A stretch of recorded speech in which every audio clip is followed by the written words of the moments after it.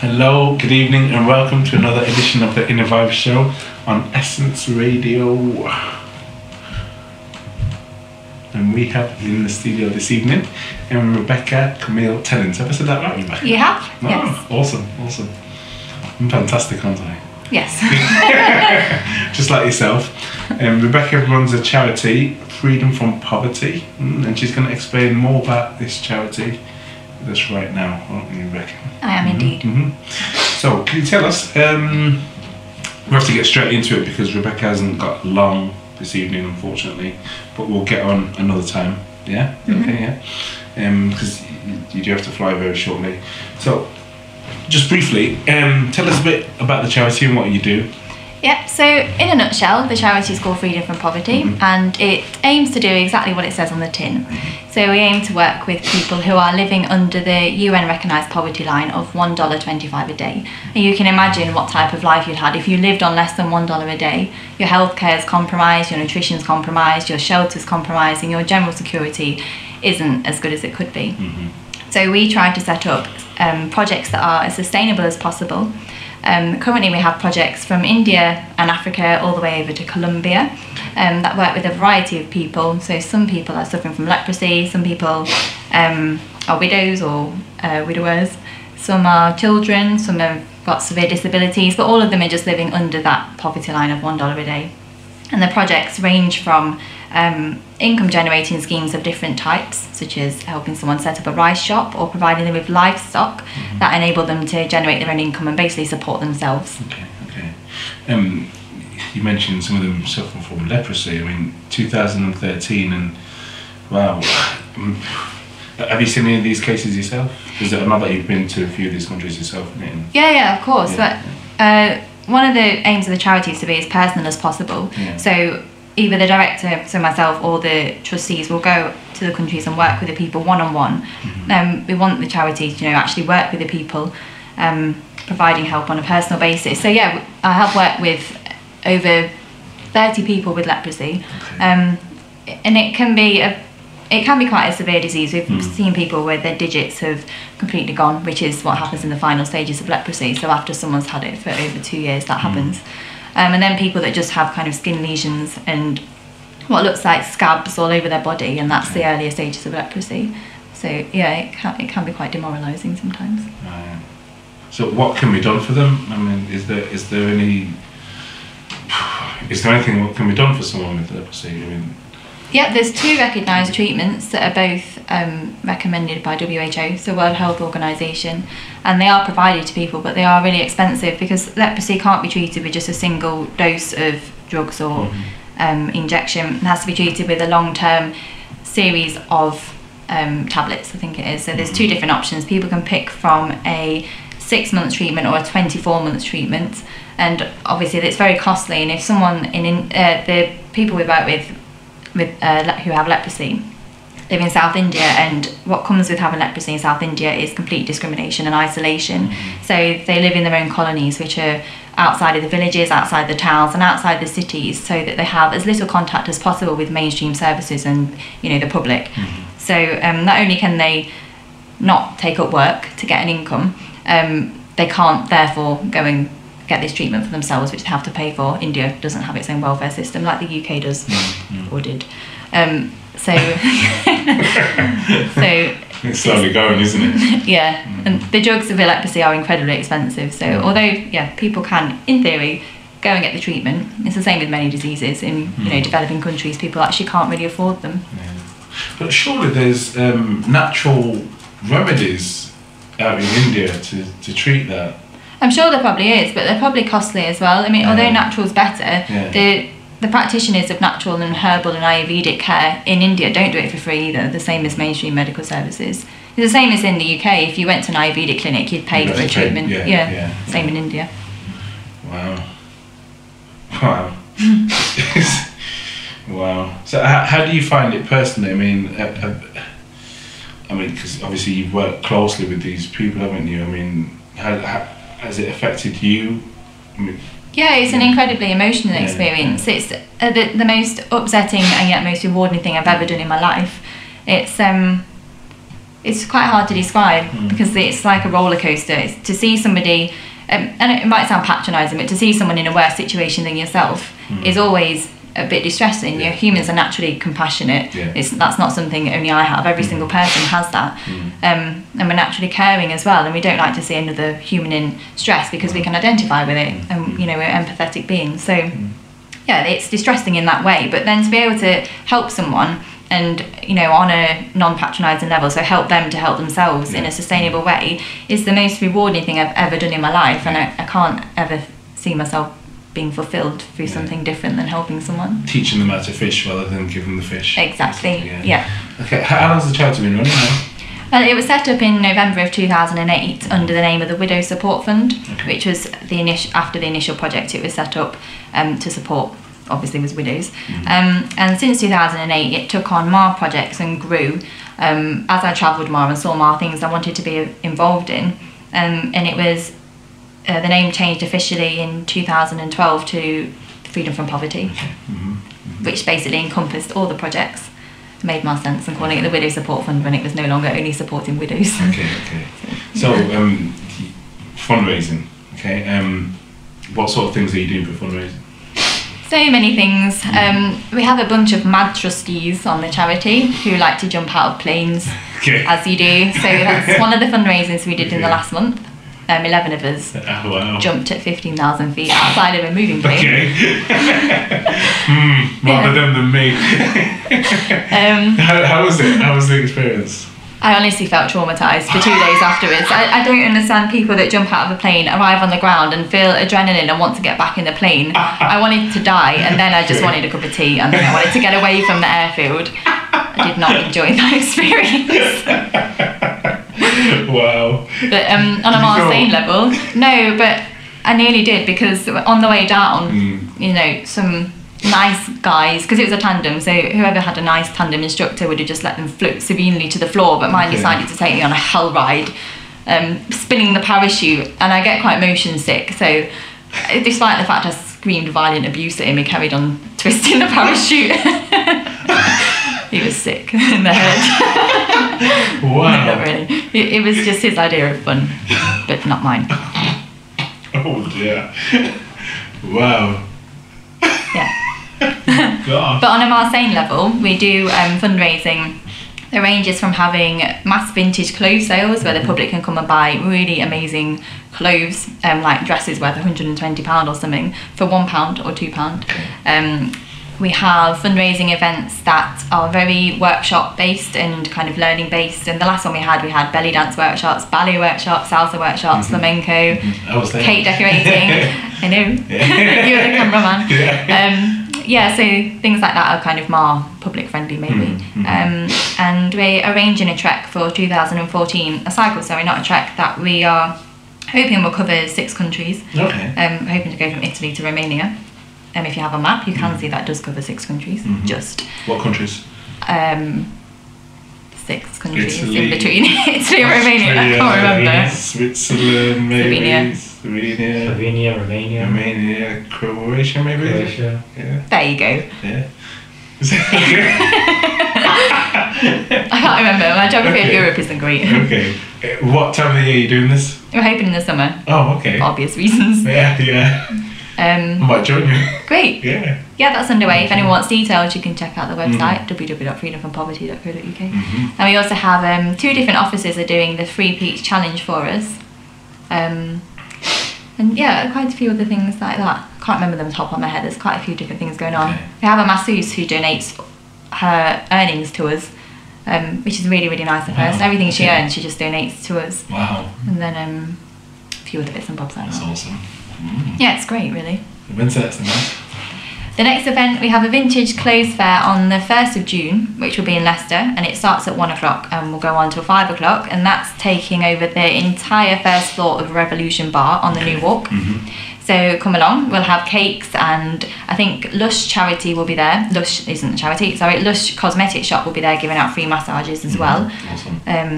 It will be really great. We've got loads and loads of clothes to give away, men's, women's and children's. And they're all only £2 each. And there really are some bargains there. Okay.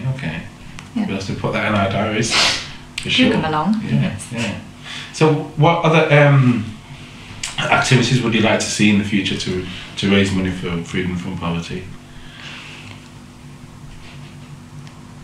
Well, I think we kind of carry on as we're doing. The plan is at the minute, because in all honesty, I'm only human and I feel like my energy's expired doing all these events. So taking on any more would mean the death of me. But you know, we have just applied for a grant, and I don't actually want the charity to be funded through grants or donors, any external body, just because of the regulations and that come with it. It's incredible, because I worked as a manager at a charity before, and half of my time was spent filling in the forms that said how we spent the money and met the targets, and I don't want the projects to be target orientated except through the targets that I've set. So but we have just applied for a target-free grant, which is great. So if we get that will fund the charity for the next 12 months. But yeah, I think we plan to just carry on doing what we're doing, but you know, if as and when ideas come through for new and exciting things, like, you know, defying gravity out of a plane, then we'll take them on. Which would you say is your, I wouldn't like to use the term successful, but I mean, I'll use it for now. Out of the countries you mentioned, Colombia, continent of Africa, what countries in Africa are you? At the minute, only Cameroon. Cameroon, okay. Yeah, we have 3 projects in Cameroon. In terms of most successful projects, it's hard to say, because they're all so different and they're all doing so well in different ways. In the last month, I've only managed to visit the one in India, and it was so positive to see what was being done. I mean, it's really nice to sit at home and plan what I want to do and send the money and tell, you know, the staff in India how I want it to be used, but to actually go there and see that it has actually changed people's lives, it's so much different to just sitting here and saying it. Seeing it is amazing. So I know that project's doing brilliantly, and as far as I'm aware, the ones in Africa are doing as well. I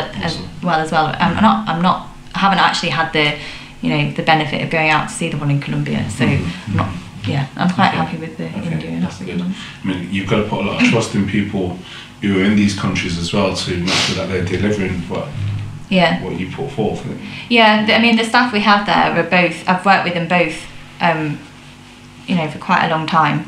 The director of the project in Africa, I've worked with him now for 6 years, and he's a lovely guy, and I worked with him originally on something else before I set up this project, and then asked him to monitor it while I was in the UK. And there are, obviously we have monitoring and evaluation policies in place to make sure the projects, despite the fact there's, you know, none of the trustees are in those countries, they are still adhering to our standards and doing what we've asked. Awesome. Brilliant. So Freedom from Poverty, ladies and gentlemen, please check it out. It's www.freedomfrompoverty.co.uk. That's right. .co.uk. .co.uk, that's right.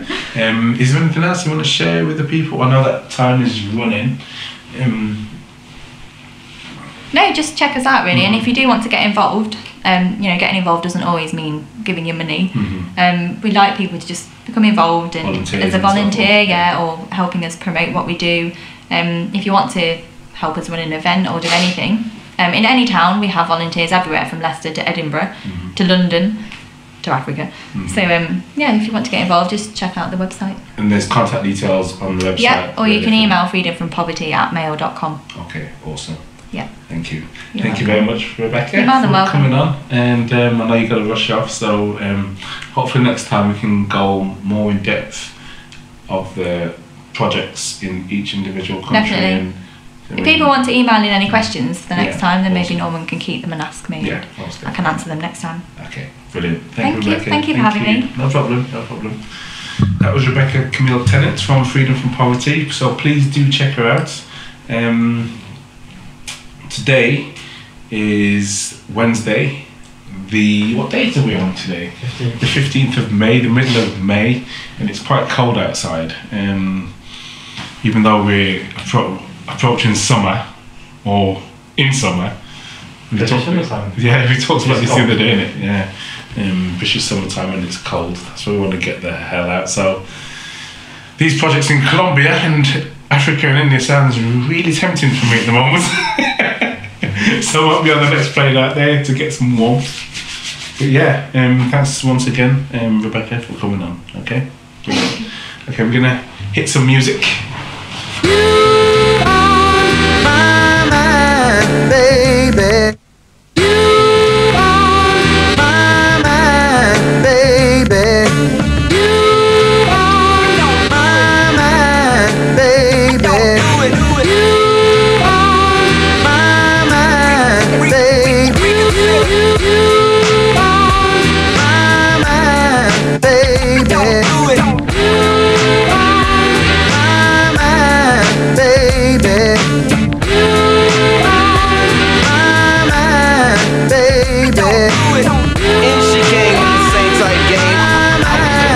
Till I saw you, day one.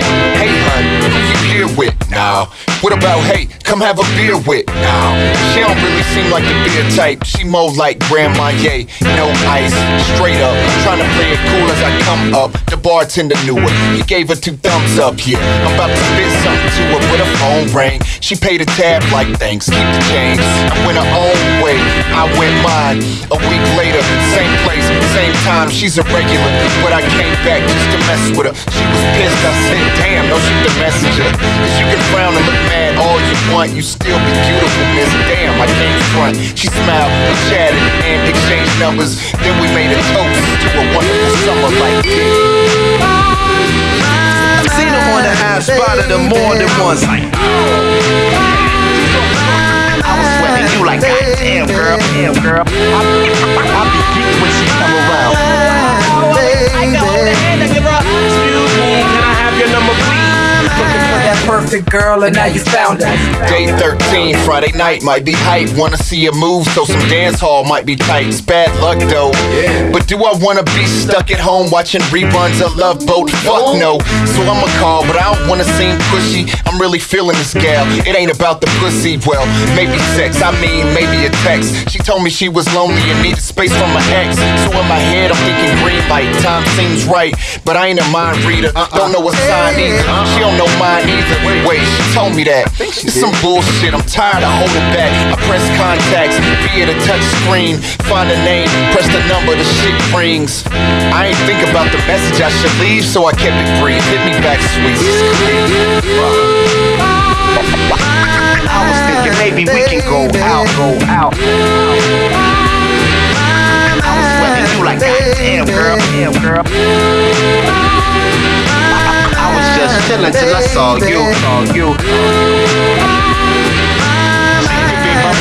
And I can be Day 23, I ain't kissed homegirl yet. While he laughing at me like, when you gon' bone that? Hush, it's more than just hit it and bust or an innocent crush. Plus, she ain't giving it up, but I'm cool with that. She's well worth the wait, and I'm a go-getter, so she's well worth the chase. Day 26, man, she really got me going. Day 31, baby girl got me jonesing. It's way deeper than puppy love. I'm eager to see her. Ring, she thinking the same thing and wants me to meet her at the theater to catch a feature, but I'm too focused on the features in them damn jeans. Oh yeah, she's with me, I take her hand. She said I've been waiting 31 days for that. Damn, I said me too, stayed on my mind, but I'm just trying to take it one day at a time. Yeah. Baby,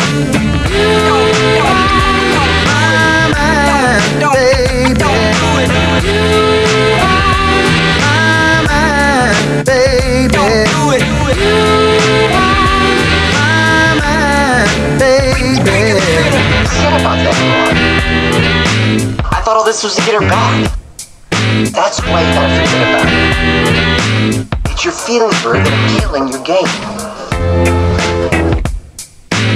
If there's one thing that you learned tonight, it's this. The power of a relationship lies with whoever cares less.